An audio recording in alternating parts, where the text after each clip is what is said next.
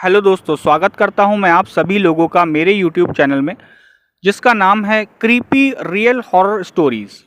तो दोस्तों, आज की ये जो कहानी है ये आयुष जी की है। चलिए कहानी मैं आपको उन्हीं के ही नज़रिए से सुनाता हूं। मेरा नाम आयुष है और ये जो घटना मैं आज आप सभी लोगों के साथ शेयर करने जा रहा हूं, ये घटना मेरे साथ लगभग 6 से 7 साल पहले घटी थी। दरअसल उस टाइम मैं ग्रेजुएशन कर रहा था, मैं सेकेंड ईयर में था और मेरे जो फोर्थ सेमेस्टर के एग्ज़ाम थे वो ख़त्म ही हुए थे। और छुट्टियां पड़ने की वजह से तो मैंने सोचा कि अपने गांव हो आता हूं, क्योंकि काफ़ी समय हो गया था गांव गए बगैर। काफ़ी ज़्यादा मन में एक्साइटमेंट था, बहुत ही ज़्यादा मैं उत्सुक था कि काफ़ी दिनों बाद गांव जाने को मिलेगा। मेरे जो परिवार के लोग थे वो भी काफ़ी ज़्यादा मेरे घर आने की खुशी से काफ़ी ज़्यादा एक्साइटेड थे। वैसे दोस्तों, मैं आप लोगों को अपने गांव का नाम तो मैं नहीं बता पाऊंगा। और मैं जब उस समय पढ़ाई कर रहा था तो मैं दिल्ली में रहकर पढ़ाई कर रहा था। मैंने अपनी जो ट्रेन थी उसका अपनी टिकट बुक करा ली थी, जो कि मेरी ट्रेन पुरानी दिल्ली रेलवे स्टेशन से लगभग शाम के 5:30 बजे की थी। और वो ट्रेन मुझे मेरे गांव के स्टेशन पे लगभग रात के 11:30 बजे तक वो उतारने वाली थी। तो मैं बिल्कुल सही समय पे ज़्यादा टाइम बर्बाद ना करते हुए मैं अपना सही टाइम पे जो है स्टेशन पहुंच गया। और ट्रेन भी अपने सही निर्धारित समय पे 5:30 बजे जो है स्टेशन से छूट गई। तो रात का जब मैंने डिनर करने के बाद थोड़ा सा आराम किया और मोबाइल चलाया, जब करीब रात के 11 बज गए, तो क्योंकि अब आधा घंटा ही बचा था मेरा स्टेशन आने में, तो मैं ट्रेन का दरवाज़ा थोड़ा सा खोल के और दरवाजे पर आके मैं खड़ा हो गया। ट्रेन अपनी स्पीड से जो है चल रही थी और क्योंकि सर्दी का मौसम था, मुझे आज भी ध्यान है दिसंबर या जनवरी का शायद वो महीना था, और थोड़ी सी ठंड भी लग रही थी, इसलिए मैंने दरवाज़ा बहुत ही हल्का सा खोला हुआ था और बाहर की हवा का आनंद भी ले रहा था। बाहर काफ़ी ज़्यादा काला और घना अंधेरा था। काफ़ी ज़्यादा मन में एक्साइटमेंट तो था मुझे मेरे गांव जाने का, लेकिन उससे ज़्यादा मुझे चिंता इस बात की ये थी कि गांव में तो दोस्तों आप लोग जानते ही हैं कि गांव के लोग जो होते हैं वो जल्दी मतलब सो जाते हैं, अपना घर का काम कंप्लीट करके खाना पीना खा के वो रात को जो है जल्दी सो जाते हैं। और सर्दी में वैसे भी दिन जो होते हैं वो काफ़ी छोटे होते हैं, रात जो होती है वो काफ़ी जल्दी से हो जाती है। मुझे पता था मेरे गांव का जो हिसाब किताब ये था कि दिन छिपने के बाद लगभग 7:30 बजे या 8 बजे तक जो है सवारी मिलना जो है उसके बाद मुश्किल हो जाता है। अब क्योंकि 11:30 बजे ट्रेन स्टेशन पहुंचने वाली थी, तो मुझे ये लग रहा था पता नहीं मुझे मेरे घर तक के लिए कोई सवारी मिलेगी भी या नहीं मिलेगी, क्योंकि मेरे घर से तो कोई मुझे लेने शायद नहीं आने वाला था। उस चीज़ का मुझे पता था, तो इस चीज़ की थोड़ी सी चिंता मुझे जो थी वो हो रही थी। खैर 11:30 बजे करीब जो है स्टेशन आया और जब मैं ट्रेन से उतरा तो मैंने देखा पूरे प्लेटफॉर्म पे सिर्फ मैं ही था जो स्टेशन पे उतरा था। मेरे अलावा कोई भी व्यक्ति जो है दूसरा ट्रेन से नहीं उतरा था। और स्टेशन पर मेरे अलावा दूर दूर तक पूरे प्लेटफॉर्म पे कोई भी आदमी दिखाई नहीं दे रहा था, ना तो उस प्लेटफॉर्म पे जिस पे मैं उतरा था, ना ही किसी और दूसरे प्लेटफॉर्म पे। इंसान के अलावा कोई जानवर तक भी दिखाई नहीं दे रहा था। जब मैं स्टेशन के बाहर आया तो मैंने देखा स्टेशन के बाहर पूरा सन्नाटा पसरा हुआ था। कोई भी सवारी मेरे अलावा जो है दिखाई नहीं दे रही थी। मुझे लगा शायद हो सकता है एक दो लोग मुझे बाहर दिखाई दें कोई सवारी के रूप में, लेकिन मुझे वहाँ पर कोई और दूसरा व्यक्ति दिखाई नहीं दे रहा था। मैंने देखा स्टेशन से थोड़ी सी दूरी पर एक खंबा था जिस पे लाइट जल रही थी, और उस खंबे के नीचे एक बूढ़ा व्यक्ति जो था वो रिक्शा लेके बैठा हुआ था। ऐसा लग रहा था दूर से देख के कि मानो वो शायद हाथ में तम्बाकू लेके उसको घिस रहा था, और तम्बाकू को घिसते घिसते वो मेरी तरफ ही देख रहा था। मानो उसको लग रहा था कि शायद मैं उसके रिक्शा में बैठकर ही अपने घर की तरफ जाऊंगा। अब क्योंकि वहाँ पर कोई दूसरा व्यक्ति और नहीं था, तो मैंने सोचा कि मैं इनसे जाकर ही बात कर लेता हूँ कि अगर ये मेरे घर तक मुझे उतार देंगे तो काफ़ी मेहरबानी होगी। मैं उनके पास गया और मैंने बताया अपने गांव का नाम, तो वो मान गए।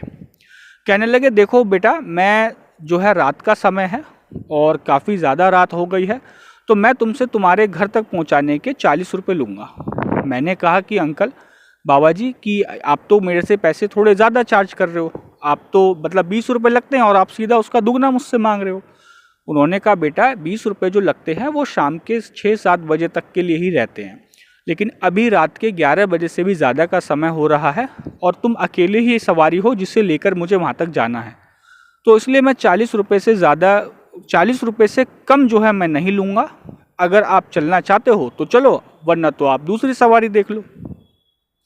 अब मैंने सोचा कि मैं इनसे क्या ही बहस करूं, अब इनके अलावा कोई दूसरा रिक्शे वाला कोई है भी नहीं। मैंने कहा ठीक है, मैं 40 रुपये दूंगा और तुम मुझे मेरे गांव में उतार देना। कहने लगे ठीक है।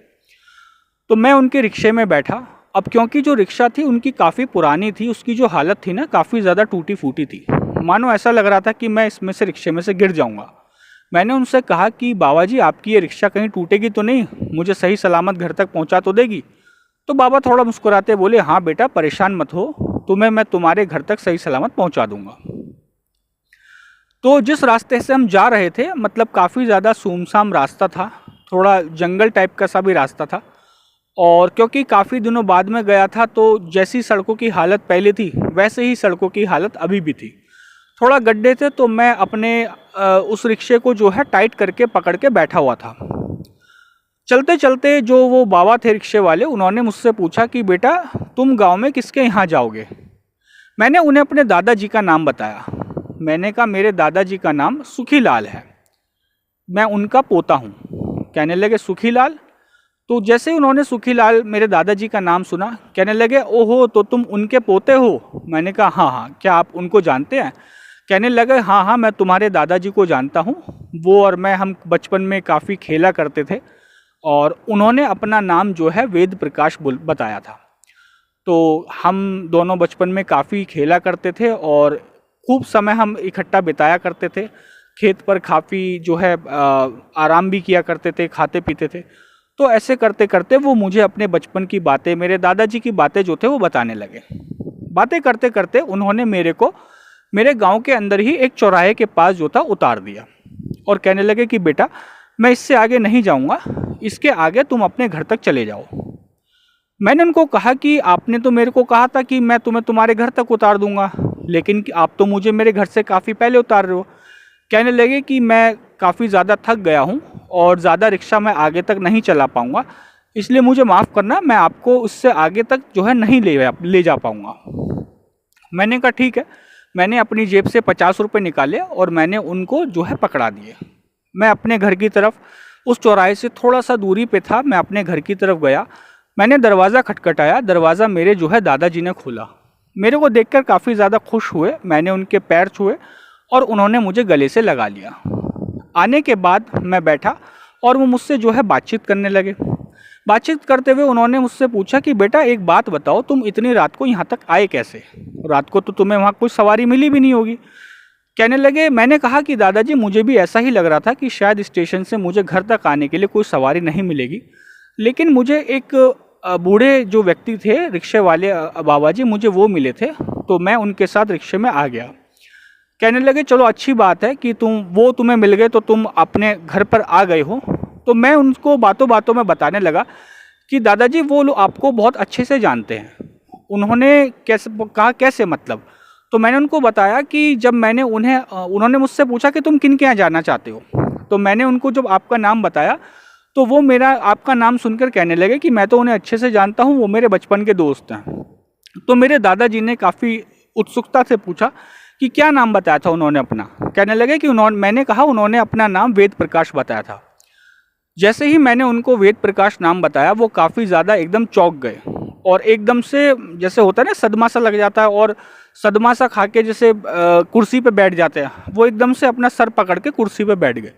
मैं तुरंत एकदम घबरा के मैंने पूछा, दादाजी क्या हुआ, आप इस तरीके से जो है क्यों बैठ गए हो?